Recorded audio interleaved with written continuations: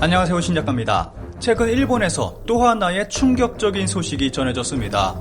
이런 소식이 나올 때마다 과연 방사능이 더 위험할까? 이것이 더 위험할까? 라는 생각을 합니다. 도쿄도민의 화학물질 섭취 상황을 공표, 모두 기준치 이하. 도쿄도에서 도쿄도민의 화학물질 섭취에 대한 조사 결과를 발표했다는 기사입니다. 조사 결과는 모두 기준치 이하고 아무 이상 없다고 나왔습니다. 그런데 이 기사에 달린 댓글이 굉장히 의미심장합니다. 조사 결과가 불충분합니다 라고 시작하는 첫 번째 댓글은 조사 방식이 잘못됐다고 지적하고 있습니다.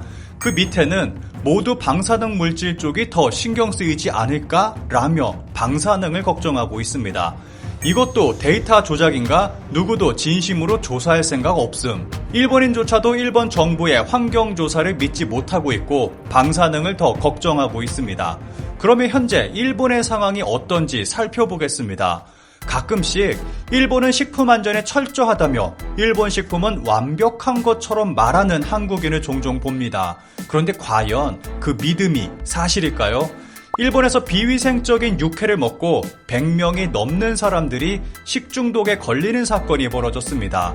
그런데 이 사건은 여기서 끝나지 않았습니다. 육회를 먹은 사람 가운데 5명은 끝내 숨지고 말았습니다. 기사에서는 4명으로 나와 있지만 총 5명이 사망했습니다. 홋카이도의 명물과자 시로이 코이비토는 유통기한이 위조된 제품을 판매하다 적발된 적이 있고 300년 전부터 판매되어 온 전통 떡의 제조일을 위조한 일도 있었습니다. 200에서 300원짜리 닭을 토종닭이라 속여 2만원이 넘는 가격에 팔다 적발돼 일본이 발칵 뒤집힌 적도 있습니다. 19개 모스버거 매장에서 판매된 햄버거를 먹고 28명이 식중독에 걸린 일도 있습니다. 참고로 모스버거는 일본인들이 건강한 햄버거라고 자랑하는 패스트푸드 브랜드이고 먹어서 응원에 동참하고 있습니다. 코로나19와 사투를 벌이는 의료진을 지원하기 위해 크라우드 펀딩으로 기금을 모아 의료기관의 도시락을 무상으로 제공하는 업체의 무료 도시락을 먹고 53명의 의료진이 집단 식중독에 걸리는 코미디 같은 일도 벌어졌습니다. 그리고 해당 업체는 영업정지를 당하게 됐습니다. 코로나 상황에서 위생에 더 신경 써야 함에도 15개 학교에서 3,400명이나 감염되는 슈퍼 집단 식중독이 발생하는 사건도 있었습니다. 이런 상황 속에서 2021년 일본에서는 충격적인 사실이 밝혀졌습니다. 일본의 기준은 너무 느슨하다. 녹차를 과음하면 농약 중독을 일으킨다. 기사에서는 일본인들이 가지고 있는 일본 식품에 대한 믿음은 맹신에 불과하고 매우 위험한 상태라고 지적하고 있습니다.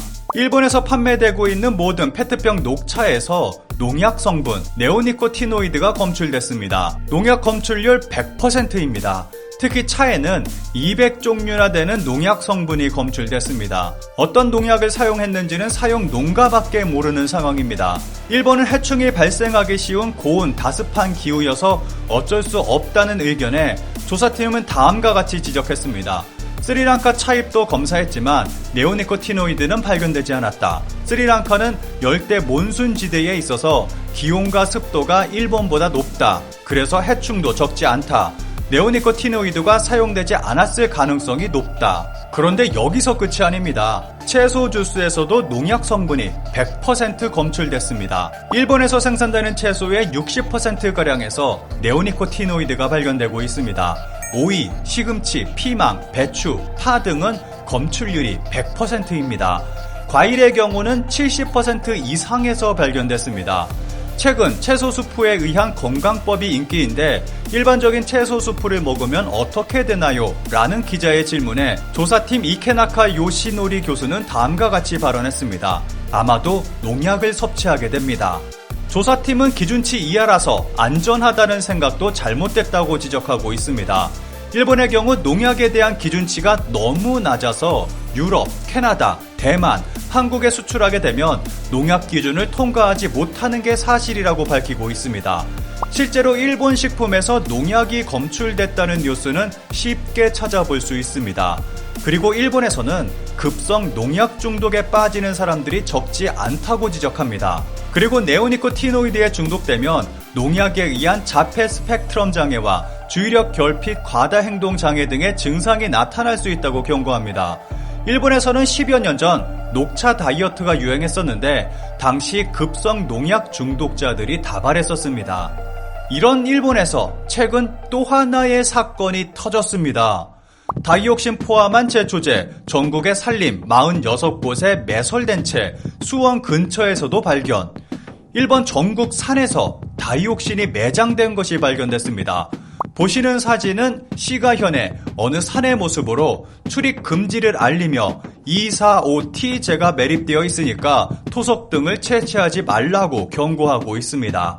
일본 전국 산 46곳에 이런 농약이 대량으로 매설되어 있습니다.